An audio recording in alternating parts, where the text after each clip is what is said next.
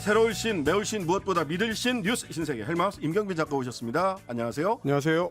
네, 금요일엔 이분과 함께합니다. 김준호 변호사 어서 오세요. 네, 안녕하세요. 김준호입니다. 네, 한성님 오 스튜디오 무슨 일? 손뜨겠네요. 스튜디오 와 뭐야 멋있다. 보라색 뭐야 뭐 이런 말씀들 많으시는데요. 오늘은 MBC 상암 사옥 1층 유리집입니다. 가든 스튜디오에서 진행을 합니다. 궁금한 음악회 밴드가 나오거든요. 아, 네. 예, 밴드 음악을 제대로 들으려면 이 좀 넓은 스튜디오로 옮길 수밖에 없고요. 좀 오늘 좀 체급이 되시는 분이 나오시나 봐요. 그런 거죠. 네. 예. 근데 여기가 체격은 저도 좀 되긴 하는데 좀 안타깝네요. 몸무게. 예. 여기가 유튜브 방송 전용으로 꾸며진 스튜디오는 아니라서 유튜브로 보시는 분들은 자막이나 참고 자료 이거 전부 다 저희들이 디지털이 아니라 아날로그 방식으로 진행을 할 수밖에 없으니까 그거 참조하시고요. 지금 상암동 계시는 분들 이렇게 이쪽으로 오시면 직접 스튜디오 보실 수 있습니다. 안녕하세요. 바깥에서 손을 두 분 들어주시면 계시네요. 두 분. 강아지와 함께 오신 청취자분도 계신데. 네, 한 분 더 오고 계시고요. 예, 이따가 음악 그 밴드 공연은 또 바깥으로 스피커로도 바깥으로 나가거든요. 네. 그러니까 그런 것까지 고려하셔서 이쪽으로 오시면 되겠다 싶습니다. 자, 저도 기분이 새롭습니다. 여기 앉아 있으면 가끔 오는데 출세한 기분이 들어요. 우리 지금 소리도 밖에 나가고 있답니다. 그렇군요. 네. 예. 자, 그러면은 오늘의 뉴스 한번 만나보도록 하겠습니다. 첫 번째는요. 첫 번째 소식, 어제 저희가 여야의 이제 합의사항 오랜만에 여야가 합의했다라는 소식 전해드렸습니다. 중앙선거관리위원회에 대해서 국정조사 실시하는 거, 그리고 후쿠시마 오염수 문제 관련해가지고 국회에서 특위를 열고 청문회를 연다. 이거 합의했다라는 말씀 전해드렸는데 하루 만에 여당인 국민의힘이 사실상 이 합의사항 이행을 거부하고 나섰다라는 소식입니다. 원래 어제 제가 말씀을 드릴 때는 다음 주 중으로 조사계획서랑 특위 구성계획서를 제출할 거다. 그리고 그 다음 주에 본회의가 있기 때문에 그때 통과시키는 걸 목표로 한다라고 어제 여야 원내 수석 부대표들은 원칙을 밝혔었는데 정작 오늘 윤재욱 국민의힘 원내대표가 이 날짜를 좀 조정한다라는 취지의 얘기를 했습니다. 일단 선관위 국정조사를 하기 전에 먼저 선관위에 대해서 감사원 감사를 실시해야 된다라고 밝혔는데 조금 전에 속보 들어온 걸로 보면은 선관위원회에서 이제 감사원의 감사를 받아들이기로 했다는 얘기가 들어왔으니까 네. 아마 이 입장은 더 강화될 것 같고요. 그리고 후쿠시마 오염수 특위와 관련해서 이 청문회는 IAEA의 오염수 문제 관련된 검증 결과가 공식 발표되고 나서 해야 된다. 이 원칙을 또 세운 겁니다. 그러다 보니까 김기현 국민의 원내대표도 여기에 이제 힘을 실었는데 국정조사 어제 합의했던 거에 대해서 이거 합의한 게 아니고 아직 논의할 게 많다라고 얘기를 한 겁니다. 결국은 오늘 국민의힘이 이렇게 된 게 유리한 구도를 만들기 위한 뭐 정치적 포석 아니냐. 뭐 이런 해석이 많습니다. 일단 국정조사보다는 강제성을 띠는 각 감사원의 감사를 먼저 수용을 하라고 선관위를 압박을 하고 그리고 후쿠시마 오염수 청문회 같은 경우는 IAEA 결과 발표가 뭐 이미 알려져 있다시피 일본 쪽에 좀 유리하게 나올 가능성이 상당히 높기 때문에 그러면 청문회 자체가 실효성이 좀 떨어질 수 있다라는 계산이 깔린 거 아니냐라는 겁니다. 어쩌면 이렇게 맑고 투명하죠. 어제 제가 이거 합의가 됐다라고 말씀드렸을 때 마지막에 악마는 디테일에 있다. 일정과 청문 범위에 따라서 이게 제대로 개최될지 안 될지는 지켜볼 문제다라고 말씀을 드렸고 장성철 소장이 설마요 이렇게 얘기를 했는데 설마가 말이 시간이. 근데 어쨌든 어제 이양수 부대표랑 송기현 부대표가 나와서 같이 이제 멘트를 한 건데 그렇죠. 이게 이제 합의가 이행이 안 된 거고 이게 처음이 아니라 사실은 이재명 대표와 김기현 대표의 TV 토론. 그렇죠. 그건 도대체 언제 이루어지는가? 그러니까 여야가 이제 합의를 했다면 저희가 이제 귀하게 드물게 좋은 소식입니다라고 이제 얘기를 하고 있다가도 자꾸 합의가 이행이 안 되니까 좀 듣는 국민들 입장에서는 여야나 뭐 진보 보수를 떠나서 좀 실망감을 감출 수 없는 게 아닌가 싶습니다. 저는 이럴 때 이렇게 합의를 했다가 깼을 때는 누구 책임인가, 누가 핑계를 대고 있는가를 분명하게 언론에서도 분석해서 보도해야 되고요. 이 부분에 대해서 뭐 피장파장이다, 양쪽 다 양비론, 양시론으로 가는 거는 사실이 아닙니다. 사실은 어제 원내 수석 부대표가 그 정당 간의 합의를 이루어내는 역할 자체가 그거잖아요. 그렇죠. 원내 수석 부대표가 발표한 것을 오늘 원내 대표가 뒤집은 겁니다. 사실은. 윤재혁 원내대표가 뒤집은 거예요. 뭐 콩은 콩이고 팥은 팥이죠. 이걸 있는 그대로 얘기하는 게 시사방송의 본연의 임무 아닙니까? 그리고 이제 아시다시피 이제 원내 수석 부대표들이 합의 결과를 발표할 때 원내 대표들이 그 내용을 몰랐을 가능성은 거의 없다라고 봐야 되니까 그 중간에 이제 어제 저녁부터 오늘 사이에 무슨 일이 있었는가를 좀 생각을 해봐야 될 것 같습니다. 다만 이제 오늘 뭐 여러 보도들이 나오고 있는데 우리 정부나 우리 여당이 후쿠시마 오염수 방류 관련해서 다소 소극적인데 비해서 중국이나 이제 관련국들의 행보는 최근 들어서 좀 빨라지고 있습니다. 홍콩 당국 그렇더라고요. 예. 네, 추가로 입장을 밝혔는데 스친완 홍콩 환경부 장관이 한 매체의 이제 기고 글을 통해서 일본에서 오염수 방류를 시작할 경우에는 일본산 수산물 수입을 즉시 중단할 수 있다 이렇게 밝힌 겁니다. 그래서 최근 후쿠시마 인근에서 잡힌 생선에서 기준치를 훨씬 웃도는 방사성 물질이 검출된 사례, 저희가 전해드렸던 이 소위 세슘 우럭 사건인데 180배 넘는 기준치에 180 그렇습니다. 배죠. 이 네. 사례를 거론을 하면서 오염수 방류가 식품 안전에 심각한 위협이 될 것임을 보여준다라고 지적을 했습니다. 그래서 일본의 오염수 방류가 임박을 하면서 점점 뭐 피지 공화국 같은 나라를 비롯해서 태평양 인접 국가들은 비판 목소리를 단호하게 내고 있는데 우리 정부의 태도는 어떠냐? 이제 이런 물음을 이제 국민들이 던지고 있는 상황입니다. 네, 물론 홍콩이 중국의 자치령 내지는 뭐 중국이 관할하고 있는 곳이라서 중국의 기존 입장과 크게 다르지 않은 목소리를 내는 것은 뭐 당연한 일입니다. 다만 태평양 도서국연합, 피지를 비롯한 태평양 도서국연합, 호주, 뉴질랜드 다 포함해서 이쪽의 목소리에 우리가 귀를 기울일 필요가 있어요. 대통령이 그 태평양 도서국연합 정상들을 연쇄 접촉을 한국 얼마 전에 우리나라 정상회의를 했었죠. 정상회의를 한국에서. 쭉 했잖아요. 네. 왜 여기서 이런 논의를 하지 않았을까? 의제로 올리지도 않았어요, 사실은. 되게 그 우회적인 표현이 있었던 것 같아요. 뭐 방사능 물질에 대해서 뭐 위험을 뭐 주의를 기울인다고 했던가요? 뭐 이제 적당한 네네. 정도의 표현 나왔었는데 사실은 이제 얼마 전에 싱가포르에서 열린 그 샹그릴라 회의라고 하는가요? 아시아 네, 안보 정상 회의에서 피지 장관이 이제 그게 괜찮으면 그냥 일본에 돌아라는 이제 강경 발언을 좀 쏟아내기도 했는데 네. 사실은 이제 우리보다 좀 더 먼 나라들에서는 훨씬 더 우려의 목소리가 강한데 좀 가까운 한국에서는 너무 유보적인 태도를 취하고 있는 거 아니냐. 국민적으로는 아무래도 국제적인 그 어떤 추세랑은 조금 동떨어진 느낌이 있어서 불안해하실 것 같긴 합니다. 네. 자, 후쿠시마 오염수 관련해서 네. 그리고 뭐 또 뭐 외교 안보 관련해서 좀 포괄적 대화를 나누셨던데 이재명 더불어민주당 대표와 싱하이밍 중국 대사 네. 만났고 또 만난 이후에 정치권에서 여야 간에 다른 어제- 목소리가 나오고 있습니다. 어제 이제 두 사람이 만나서 이제 만찬까지 함께 했는데 뭐 여러 가지 얘기가 나왔습니다만 우선은 후쿠시마 오염수 관련된 문제부터 말씀을 드리자면 이 대표가 먼저 중국과 한국 두 나라가 공동의 대응책을 강구해봤으면 좋겠다라는 제안을 했고요.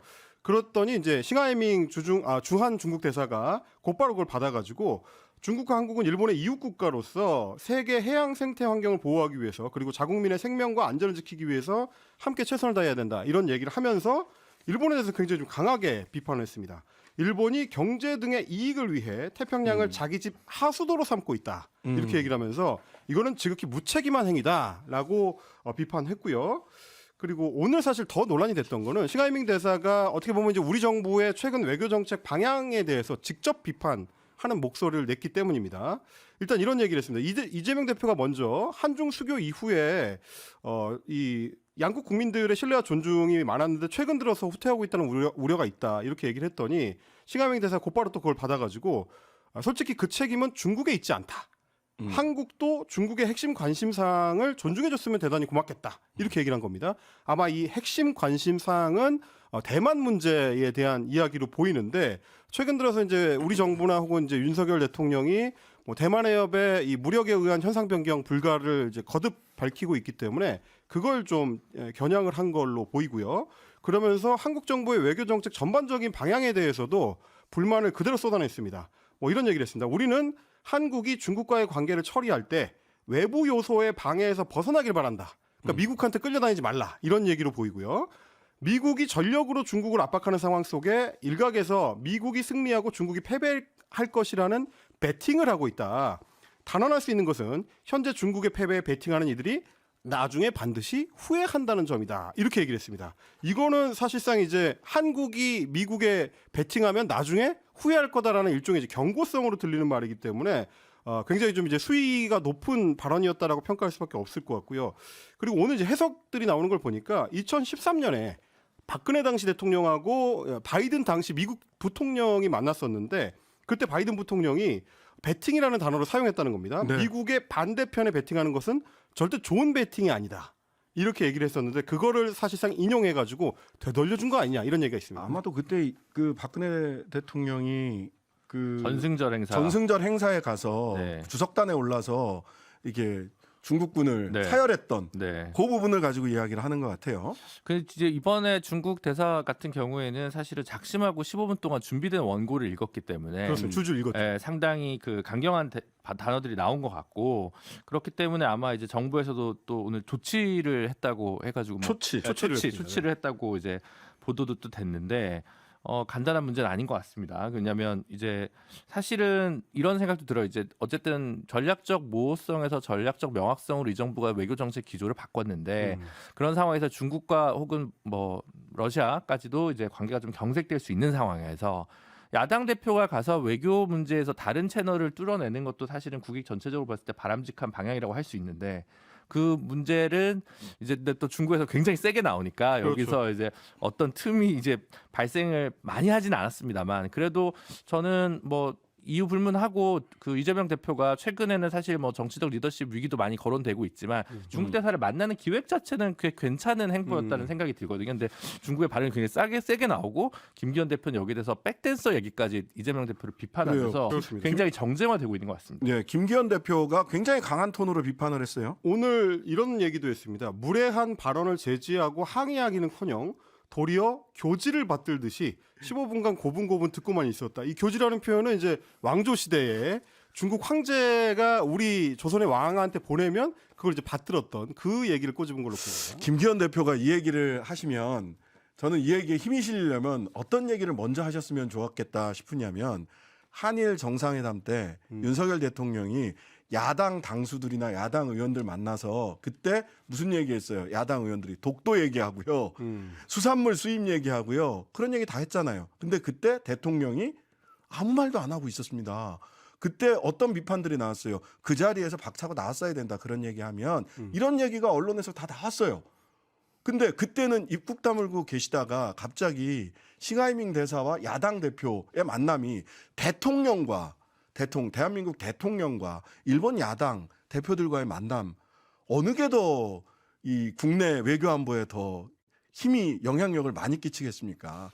그러니까 이 말에 힘이 실리려면 대통령이 그 자리에 있는 데서 일본 야당이 그런 얘기하는 거 니네 정신 제대로 차려라 외교적 관례에 어긋난다. 함부로 그런 얘기 하지 말아라 라고 대통령을 비판하지 못하더라도 일본 야당을 비판했으면 이 얘기에 힘이 실렸을 겁니다.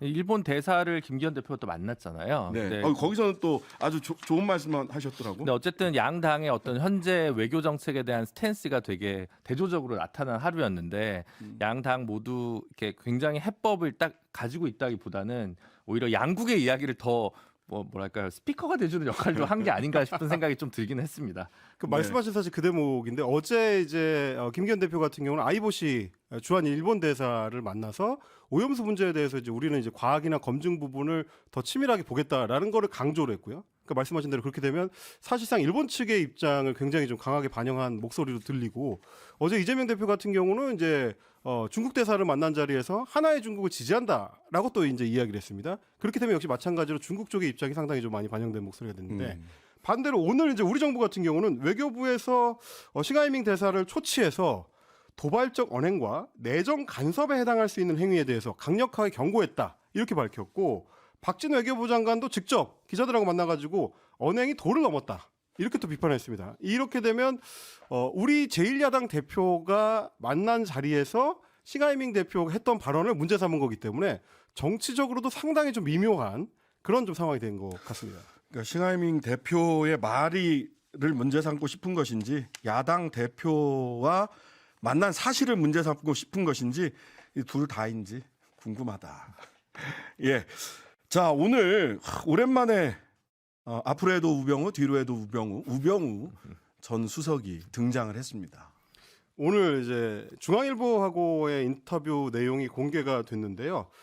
특히 관심을 많이 받았던 거는 내년 총선에 출마할 거냐 여부였습니다. 이게 왜냐하면 이제 워낙에 내년에 국민의힘 쪽으로 검사들이 대거 공천될 것이다라는 얘기가 여의도에 많이 돌고 있고 오죽했으면 이제 김기현 국민의힘 대표 같은 경우도 며칠 전에 당협위원장 워크숍을 할 때 천만의 말씀이다라고 이제 못을 박아야 됐을 정도로 국민의힘 입장에서 흉흉한 얘기들이 많이 돌다 보니까 그 상징과도 같은 인물, 박근혜 정부 시절에 이제 국정농단 사건으로 처벌도 받았던 우병우 전 수석이 출마할 거냐, 이걸 이제 중앙일보에서 물어봤습니다. 그랬더니 우병우 수석이 답변하기로는 출마하라는 전화도 많이 오고 요즘 평소에 알던 사람들 만나도 항상 그것부터 물어보더라라고 답변을 했고요.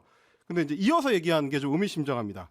정치를 하느냐 마느냐보다는 그래도 공직에 평생 있었으니까 국가를 위해서 할 수 있는 일이 과연 뭘까를 많이 생각하고 있다라고 얘기했습니다. 대한민국 국민이면 다 압니다. 이거 출마하겠다는 얘기인 줄. 저 실제로 출마가 될지 안 될지는 모르지만 출마의 의지가 있다라고 하는 것은 이 말이 뭘 의미하는지 대한민국 국민들 다 아는 말 아니에요? 왜냐하면 이 비슷한 발언을 2021년에 2020년인가요? 윤석열 예. 당시 검찰총장도 국정감사에서 거의 비슷하게 얘기한 적이 있습니다. 그렇죠. 국가를 위해서 어떻게 봉사할지를 차후에 고민해보겠다. 근데 우병우 전 수석이 기소한 게 윤석열 한동훈 라인인데 그렇습니다. 그렇다면 우병우 수석이 출마는 본인의 뭐 자유니까요. 네. 헌법상 보장된 거니까 그럼 무소속으로 출마를 하거나 무슨 뭐 친박 신당으로 한다는 건지 제가 생각하기에 그래도 국민의힘에서 공천을 주기에는 뭔가 좀 너무 엇박자일 것 같다는 생각이 좀 들긴 하거든요. 그런 일이 한두 가지가 물론 아닙니다. 정치에는 영원한 적도 동지도 없습니다만. 예. 그리고 마침 지금 그 고향인 영주 일대가 이제 울진이라 뭐 영덕 이제 지역구 거기도 지금 현역 의원이 검사 출신 분인데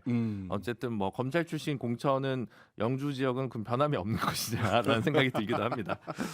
영주의 검사의 기가 굉장히 강한 곳인가 본데. 그래서 구체적으로 이제 중앙일보에서 그 경북 영주 고향과 관련해서 출마지를 물어봤더니 네. 거기까지 하자라고 이제 일단 끊었고요. 영주 쪽 그 지역에서도 그런 얘기를 통해서 자꾸 자백을 받으려고 하는데 영주 사람들한테도 거기까지만 하자고 얘기한다라고 이제 여지를 조금 남겼습니다. 근데 이제 이 말씀이 왜 나오냐면 좀 전에 이제 김준호 변호사님 말씀하셨던 것처럼 소위 최경환 기침설이라는 게 있습니다. 네, 네. 여의도에서는 이제 TK 쪽에서 최경환 전 경제부총리의 기침 소리가 들린다라는 얘기인 건데 소위 말하는 친박 신당 창당 설 내지는 최경환 전 부총리를 비롯해서 과거 친박계의 이제 대거 내년 총선 출마, 부활 움직임 이런 것들에 대한 이름이 꾸준히 거론되기 때문인데 오죽했으면 지난 4월에는 유승민 전 의원이 방송 인터뷰 도중에 이 사람들을 거론을 하면서 이거 자칫하면 총선 참패의 길로 갈 수 있다 이렇게 경계를 했습니다. 그때 뭐라고 했냐면 지금 대구 경북에 가면 최경환 전 부총리, 우병우 전 수석, 유영하 변호사가 출마한다는 이야기들이 돌아다니는데 만약 그런 공천이 이루어지면 제일 중요한 수도권 선거에 굉장히 안 좋은 영향을 미칠 거다.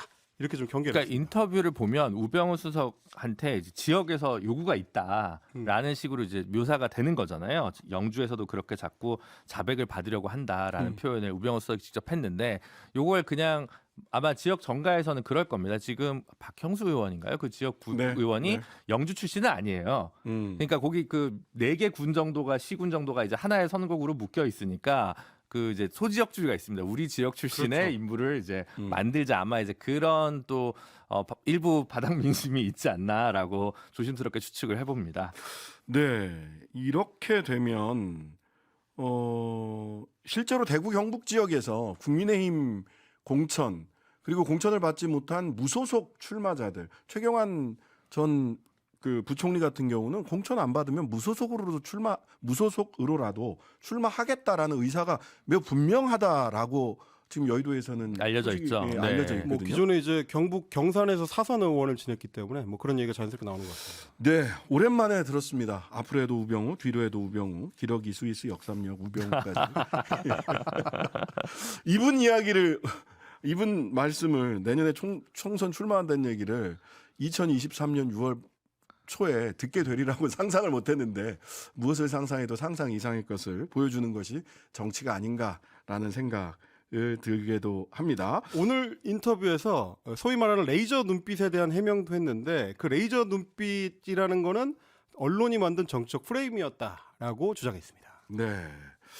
자, 본인도 우병우 사단이 누군지 모른다 이런 얘기까지 했는데요. 한번 지켜보도록 하겠습니다. 대구 경북의 민심이 누구를 선택할지 지켜보겠습니다. 뉴스 신세계 잠시 광고 듣고 이어가겠습니다. 네, 신장식의 뉴스 아이킥 임경빈, 김진우 두 분과 함께 뉴스 신세계 이어가겠습니다.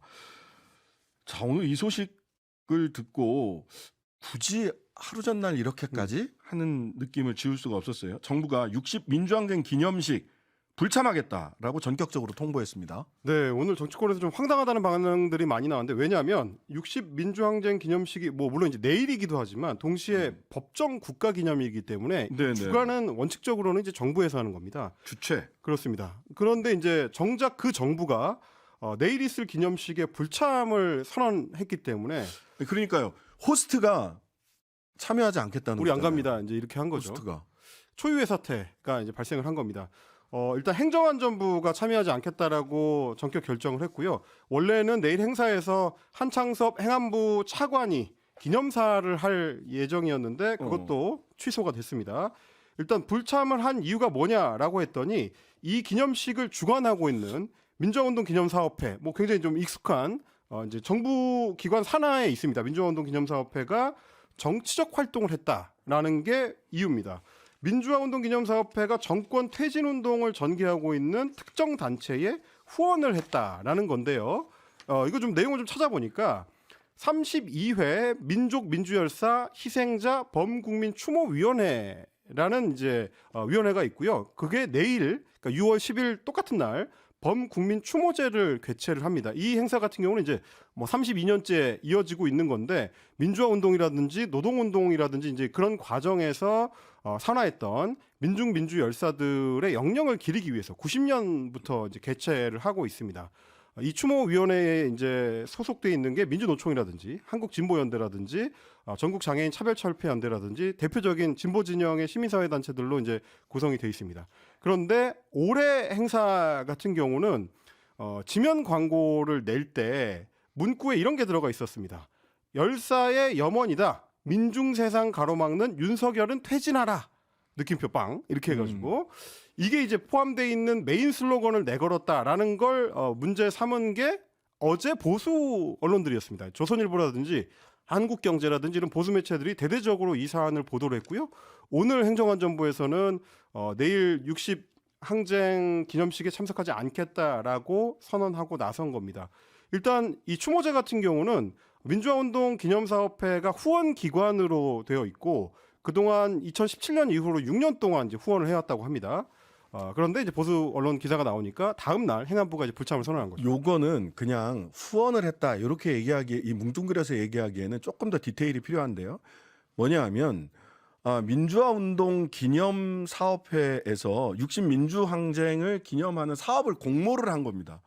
이 공모에 이 민족민주열사 추모사업회가 추모 사업을 하는 것을 추모회를 하는 것을 공모에 응모를 해서 선정이 된 거예요. 네. 그래서 100만 원에서 300만 원 정도 매년 받아왔던 겁니다. 그러니까 사업에 우리 60 민주화 운동을 기념하기 위해서 이런저런 사업을 공모를 했고 거기에 응모해서 그냥 당선이 된 겁니다.